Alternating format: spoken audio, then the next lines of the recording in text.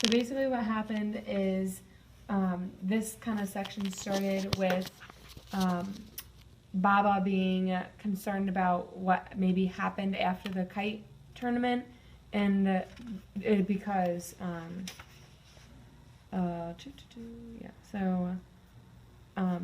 Amir is really like still kind of depressed about that, and obviously he lies to his dad and says, "Oh, it was just a little argument," and then.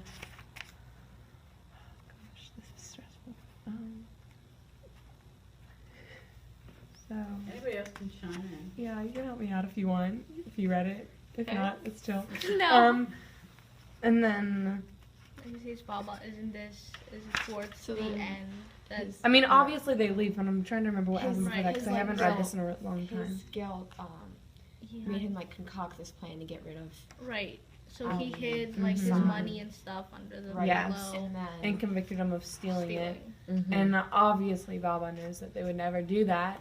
Right, but Ali insists on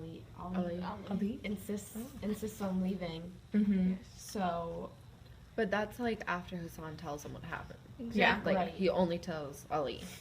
But we also know that happened after the fact that they're kicked out. Like we know all this while they're moving out. Yeah. Right. And then, so Baba's the only one who really doesn't know about the rape. What's his name? Rahim. Yeah. Rahim. Yes, he also knows what. Like, he doesn't know because Amir told him, but he has an idea of that there is a rift. So he has an idea of what happened. Yeah, and I mean, throughout that process, he fought with Hassan. Yeah, and. I'm sorry. Isn't Hassan, you see Hassan as being like this to go with, right? Like he's not depressed by work, but like he's not as happy or he's not as involved in many things. He just kind of like hides and keeps to himself most of the time. Right, and here's an interesting page. So when he asks Baba if they can leave or if they can get like new help,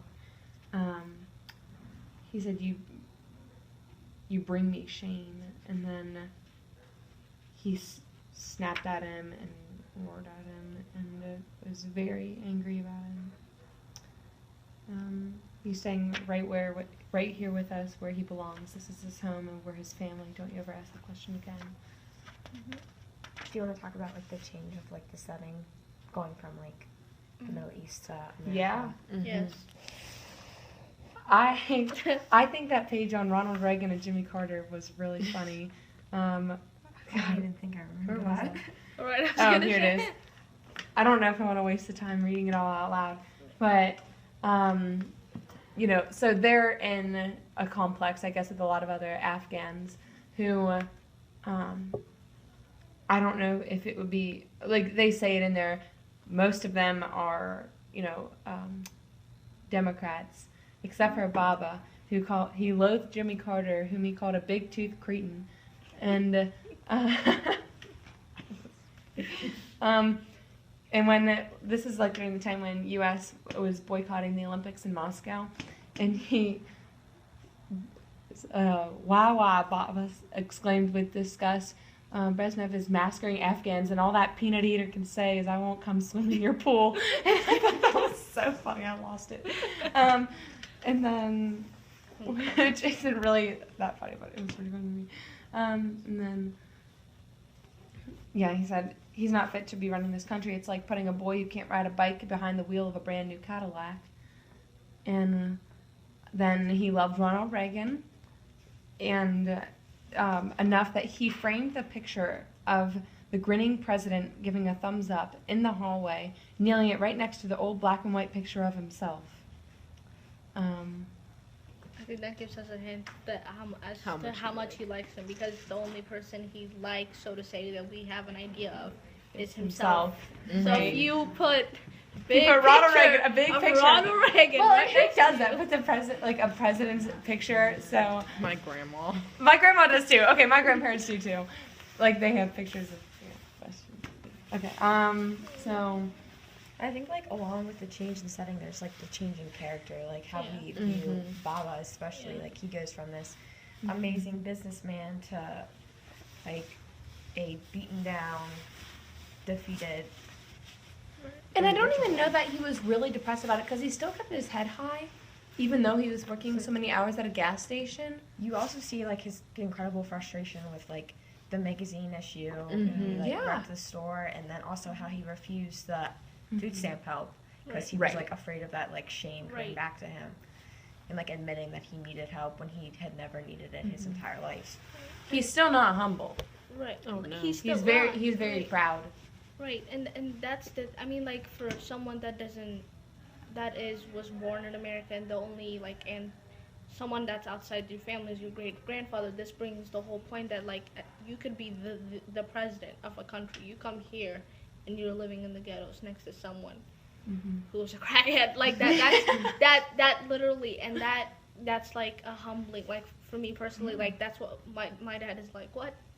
He's like, I need to go back. I don't like this country. I need to go back. Like, because you have the spoiled brat that, like, lived in his country and he didn't have to do much and everything was there. And now he's, like, in this apartment and he can't walk, like, this much. So, like, yeah, so it's a humbling, but then yet they still bring their pride into it. And it's funny how it's, like, this pride is really not going to help you out, but you still keep it. You're still resistant. I mean, it's all they have at that That is all point, they is their have, right. pride and their, dignity. I think it's like Facing. incredibly interesting how Amir is always talking about how much shame he brings to Baba and how he never mentions any shame for his father, like Right. despite like all the challenges that he faces. Correct.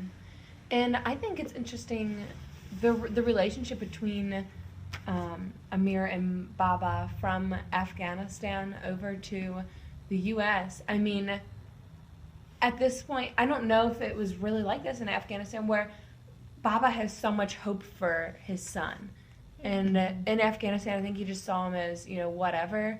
But now that they're facing, like, the odds of, being Afghan immigrants in the U.S., he expects so much of him, and he basically does everything just to give him, an education, a car, opportunities. Right. And the whole part about the bus is pretty funny. Right. Is that because that's his only connection to his old life? Like, his only riches left is his son. So is that Right. why? I think I do think that's why. And, shoot, I just lost the train of thought. Yeah. Like, I'm sorry. Over in Afghanistan, like, he had anything that he wanted. He had other options. Yeah, he had his great job, his great house. So, his son was there, but, it didn't really matter how he did. He would just inherit what he had. But I think now that he realizes that he's not, like, although all of his actions are very proud, there's something inside that's like, I can't be, a college major here. I can't really achieve much more in America. So why not give that to his son? I think, like, going along, that's what hit me, is that, like, there, your son is safe in materialistic, as we can see Baba is more materialistic. He's not into the religious life. So as materialistic as you are, you're like, well, my son has everything. So then you can afford, both literally and figuratively, afford to not care.